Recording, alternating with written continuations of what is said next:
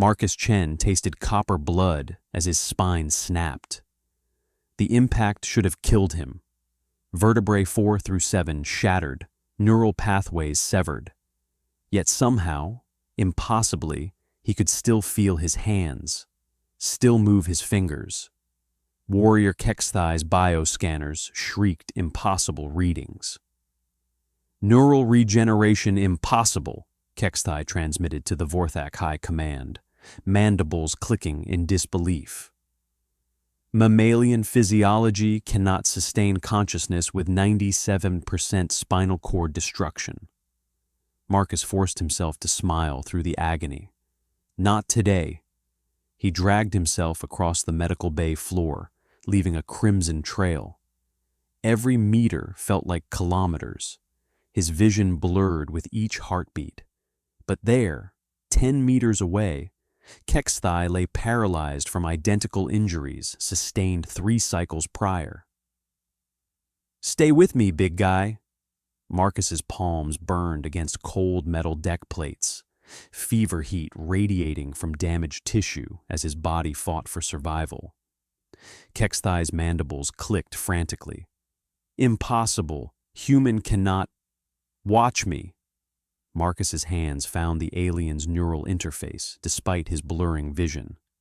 Within 17 minutes, microscopic scanners detected the abomination.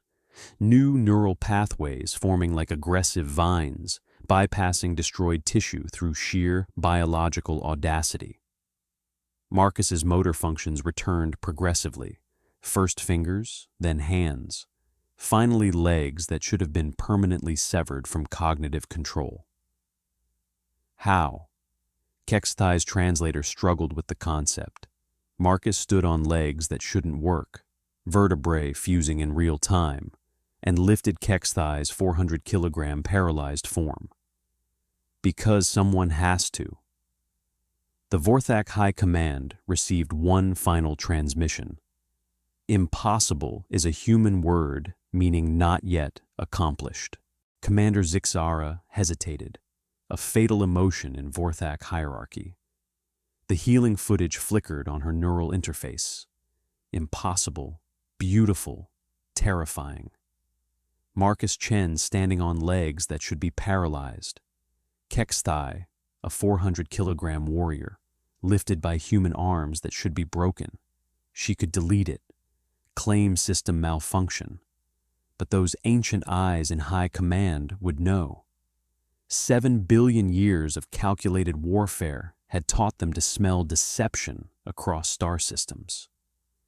Her mandibles clicked once, a prayer to gods her species had forgotten, before transmitting the footage.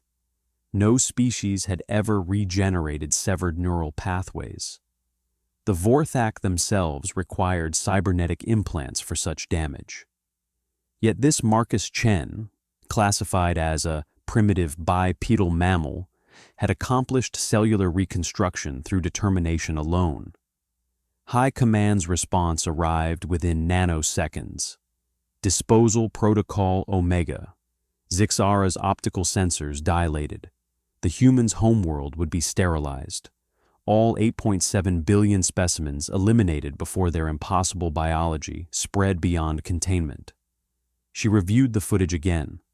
Marcus weeping over warrior Kexthai.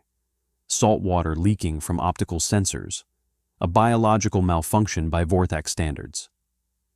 Yet somehow, those tears had catalyzed neural regeneration beyond their most advanced medical technology. The High Command classified humans as Category 7 biological weapons. Their logic was flawless. A species capable of healing the incurable posed existential threat to galactic order.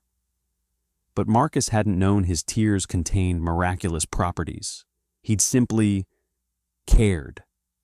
That terrified the Vorthak High Command more than any weapon they'd ever encountered. The battlefield stank of molten metal and burning ozone.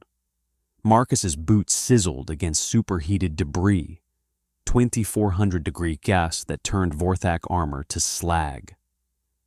Every rational thought screamed retreat.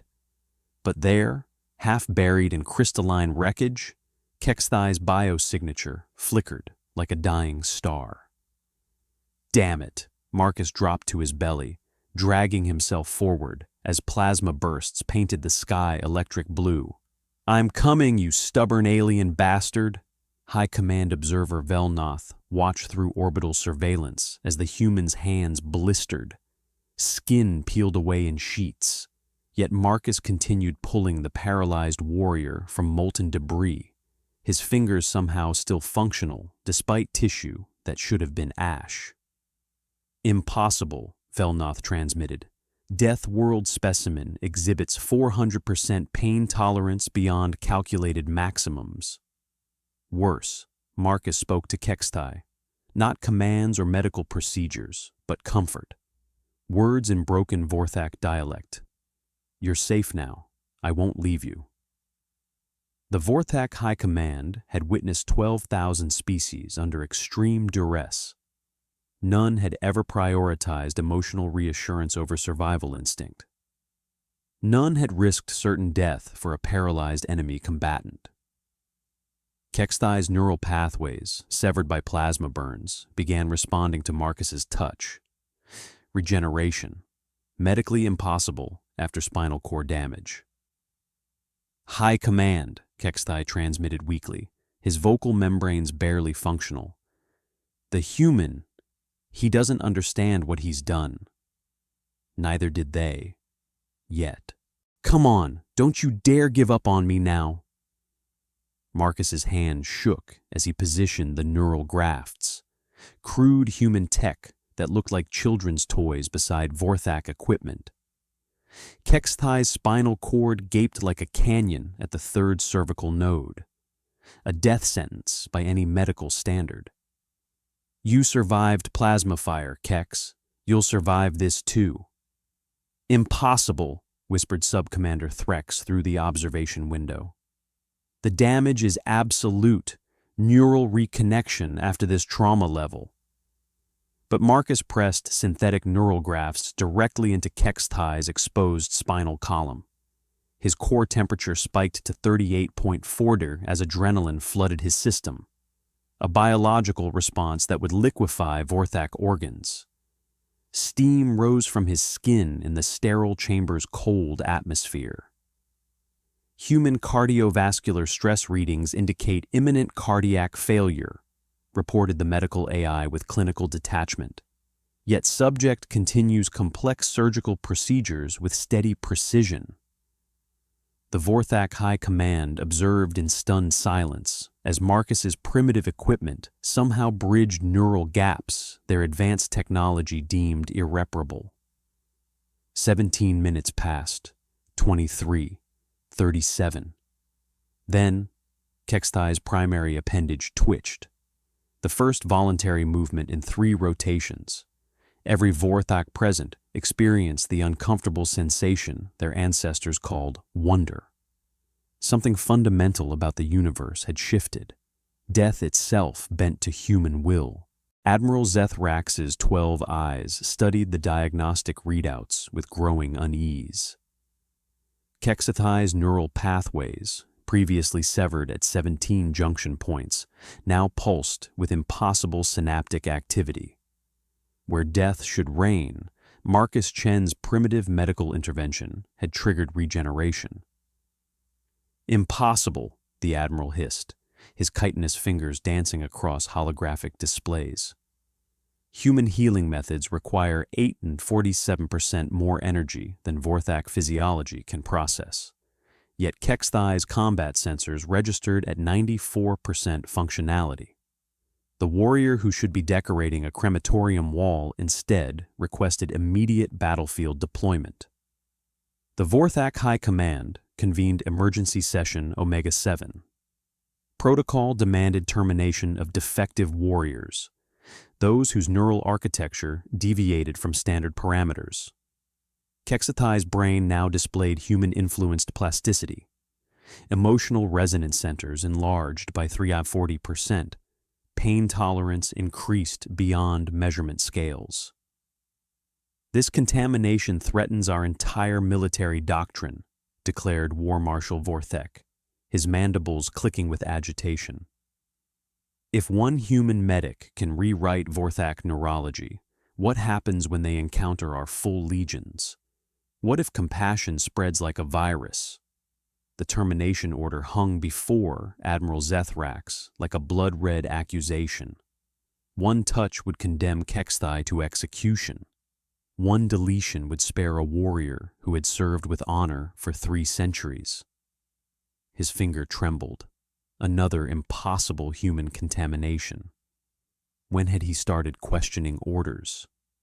"Forgive me, old friend," he whispered, and sealed Kexthai's fate. None of them anticipated Marcus Chen's response. Hour 73. Marcus's legs had gone numb 2 days ago, but he refused the offered chair. Sitting felt like giving up, and Kexthai deserved better. "Hey, ugly," he whispered to the unconscious warrior, voice hoarse from endless one-sided conversations. "Remember what I told you about Earth's forests? The way morning light filters through oak leaves?" The pod sensors flickered, barely perceptible, but Marcus caught it. Progress. Chief Medical Officer Yithara observed from the monitoring station, mandibles clicking with confusion.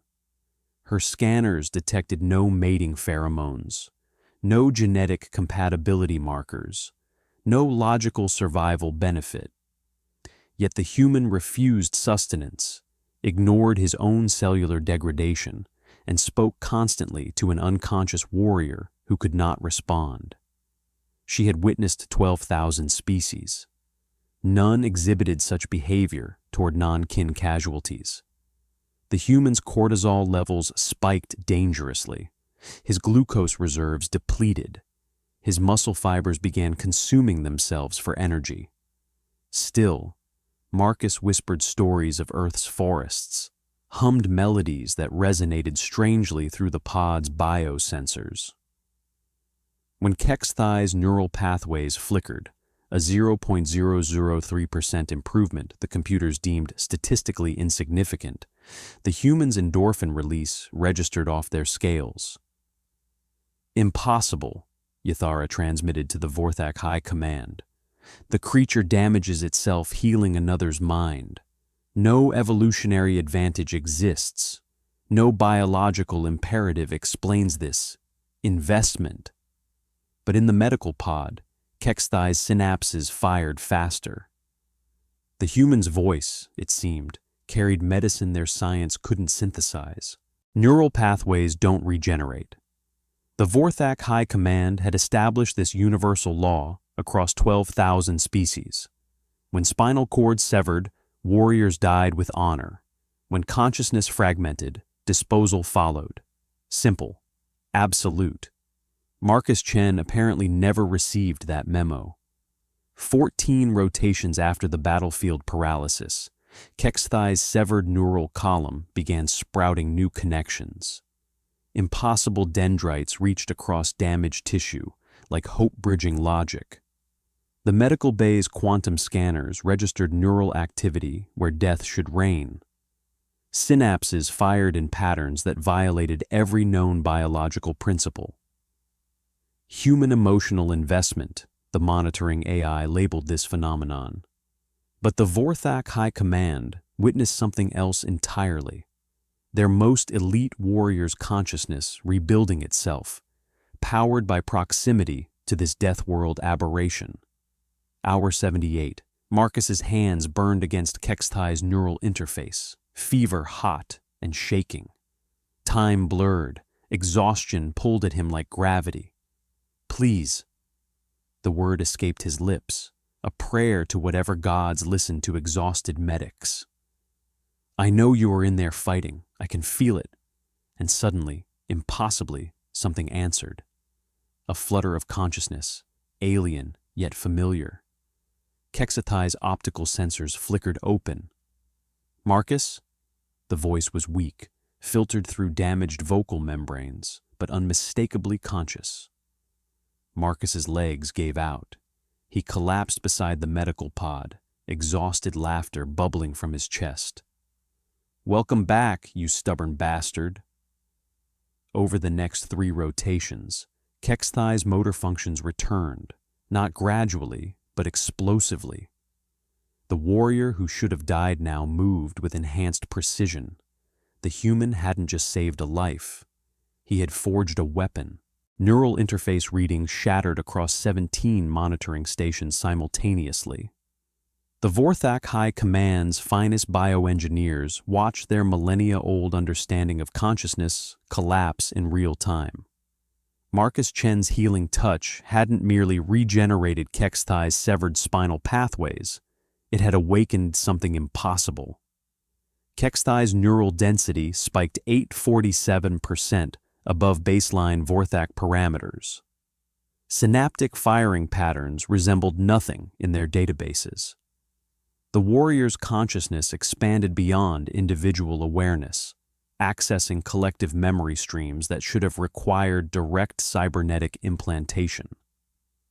Human cellular regeneration protocols had somehow unlocked dormant Vorthak evolutionary pathways. Impossible, whispered bioarchitect Vexnath, watching Kexthai's mind bridge quantum gaps between thought and reality. No species can enhance another's neurological capacity through primitive biological contact. Marcus. The voice was different, deeper, resonating with harmonics that shouldn't exist in Vorthak vocal membranes. Marcus's handheld scanner clattered to the floor as he spun around. Kexthai sat upright, neural pathways blazing with impossible light visible through translucent skull plating. The warrior's eyes, once dark and simple, now swirled with colors that suggested multi-dimensional perception. What you've done, Kexthai's mandibles clicked in patterns that Marcus's translator couldn't parse. I can see everything, feel everything, the quantum foam underlying reality, the neural networks of distant stars, the collective consciousness of my entire species. Kex? Marcus's steady heartbeat finally stuttered. What's happening to you? The warrior's enhanced gaze focused on Marcus with impossible clarity. You didn't just heal me. You evolved me. The healing had created something unprecedented. A Vorthak weapon with human compassion as its core programming. Kexthai's neural pathways blazed with impossible energies as he entered the high command chamber. The crystalline walls, designed to suppress telepathic intrusion, cracked like ice under stellar wind. Impossible, whispered Commander Vorthek, his carapace plates involuntarily dilating in threat display. The chamber's psionic dampeners registered 47,000 units, enough to lobotomize a Vorthak mind, yet Kexthai's consciousness burned brighter. Behind this transformed warrior, Marcus Chen limped forward on crude crutches. The human medic's vitals showed impossible readings, exhausted, malnourished, operating on 2.3 hours sleep over 6 rotations. Yet those strange primate eyes held unwavering determination. Stand down, warrior Kexthai, Vorthek commanded, his voice carrying the weight of military authority. You are scheduled for disposal under Protocol Omega-7. Neural deviation exceeding acceptable parameters. No. The word resonated through the chamber like thunder. Kexthai's voice shattered decorative crystal formations as neural fire danced between his fingers. You want to know what the human did to me? He refused to let me die forgotten in medical waste disposal. He sat with me for 73 hours, talking about trees and sunlight and hope. The words carried impossible weight, each syllable restructuring reality. Your disposal protocols end now. Vorthek activated defense protocols. Energy barriers shimmered into existence. You dare challenge high command? I challenge a doctrine that treats warriors as disposable equipment. Kexthai's transformed gaze fixed on Marcus. this death world creature who had refused to let a broken warrior die forgotten. This human taught me something you forgot. Strength isn't measured by what we discard.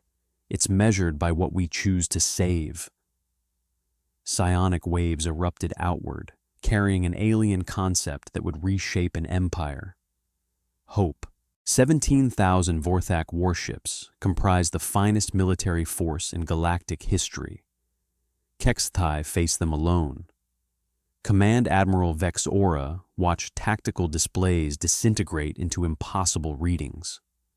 Her enhanced warrior, the one Marcus Chen had refused to let die, moved through vacuum without life support, neural pathways blazing with energy signatures that exceeded measurement parameters. Impossible, Vexora whispered through mandible clicks. Warriors do not survive spinal severance. Yet here he was, not just functional, transcendent. All ships, she commanded, open fire on the defector, weapons free. 17,000 warships unleashed hell. Plasma fire painted space electric blue. Quantum disruptors tore at reality. Molecular disintegration beams converged on a single point. Kexthai raised one hand. The barrage stopped, frozen, suspended in space like insects in amber. Then he reached out, not with hands, but with consciousness. Battleship Crimson Fang fell first, not destroyed, changed. Vexora watched through tactical feeds as the crew's neural patterns shifted. Aggression faded. Compassion bloomed. The ship's weapon arrays powered down, medical bays activating automatically. "What is he doing?" War Marshal Thexkai demanded. "He's healing them," Vexora whispered. One by one, warships converted. Each vessel's crew experiencing the same transformation Kexthai himself had undergone. The human's healing touch, replicated across 17,000 ships through one warrior's enhanced consciousness. 12 minutes. That's all it took. 17 millennia of Vorthak expansion ended not through destruction, but through understanding. Ships designed for conquest now radiated healing energy.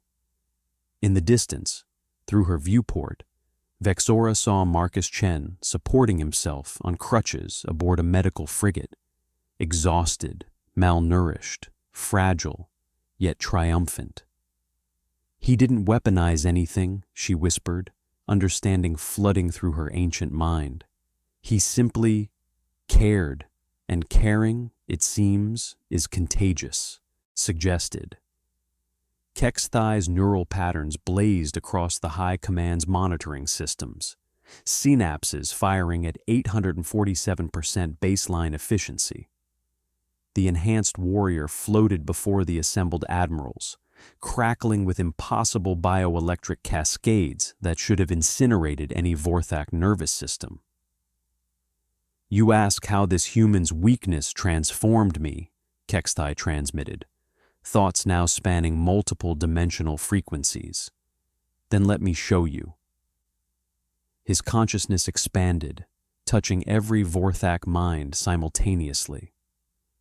The neural download hit 17 billion Vorthak at once, Marcus Chen's memories flooding their collective consciousness.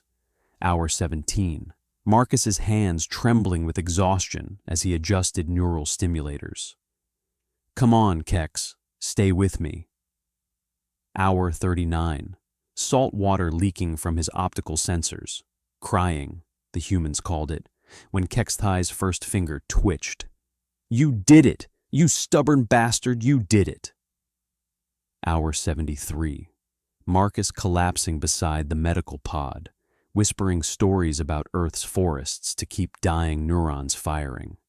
"I won't leave you, I promise."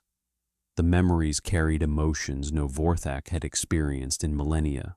Fear, hope, love, desperation, joy. Admiral Vexmore's carapace contracted. This is weakness, emotional contamination that... No, Kexthai's voice resonated through every mind. This is what you forgot when you evolved beyond compassion. Marcus risked everything for one broken warrior. And in that moment of impossible care, he unlocked something we thought we'd lost: the ability to heal, not just destroy. 17 billion Vorthak minds reeled from the revelation. "I offer surrender terms," Kexthai commanded, neural fire now burning across 3 star systems. "Not because you can defeat me, but because this empire must learn what Death World evolution taught humans millennia ago." He fixed his enhanced gaze on the assembled admirals. Compassion isn't weakness, it's the strongest weapon in the galaxy. Marcus Chen stood before the assembled Galactic Council as the Vorthak High Command presented their surrender documents. 63 species watched in stunned silence as the galaxy's most feared empire formally adopted human medical protocols. "Effective immediately," High Commander Zexval announced, his voice carrying across 12 parsecs of subspace. "The Vorthak Empire abandons disposal protocols for wounded warriors. Compassion is now mandatory doctrine." Murmurs rippled through the council chamber. Councillor Thexamane from the Rigelian Consortium rose, his bioluminescent crest flashing skeptical orange. "High Commander, you would restructure 17 millennia of military doctrine based on feelings." "Not feelings." Zexval activated the holographic display. "Data." Kexthai's neural regeneration statistics filled the chamber. Where Vorthak science had predicted permanent paralysis, Marcus's illogical treatment had created something unprecedented: a warrior enhanced beyond their species' biological limits. Observe: synaptic response rates exceeding theoretical maximums by 847%. Strength parameters beyond measurement. Consciousness expansion allowing real-time fleet coordination across 3 star systems. Zexval's mandibles clicked with emphasis. One human medic, using primitive equipment and emotional investment, created our most powerful weapon. The chamber fell silent. "But he didn't do it to create a weapon," Marcus said quietly, his voice barely carrying over the crowd. Yet somehow, every species heard him clearly. "I did it because Kexthai deserved to live, because no one, human or alien, should die forgotten in medical waste disposal." He looked up at the assembled council, exhaustion carved into his features. "Your new doctrine isn't about military advantage. It's about choosing to see soldiers as people worth saving." Kexthai materialized beside Marcus, enhanced consciousness, allowing instantaneous transport. The warrior's hand, once paralyzed, now transcendent, rested gently on Marcus's shoulder.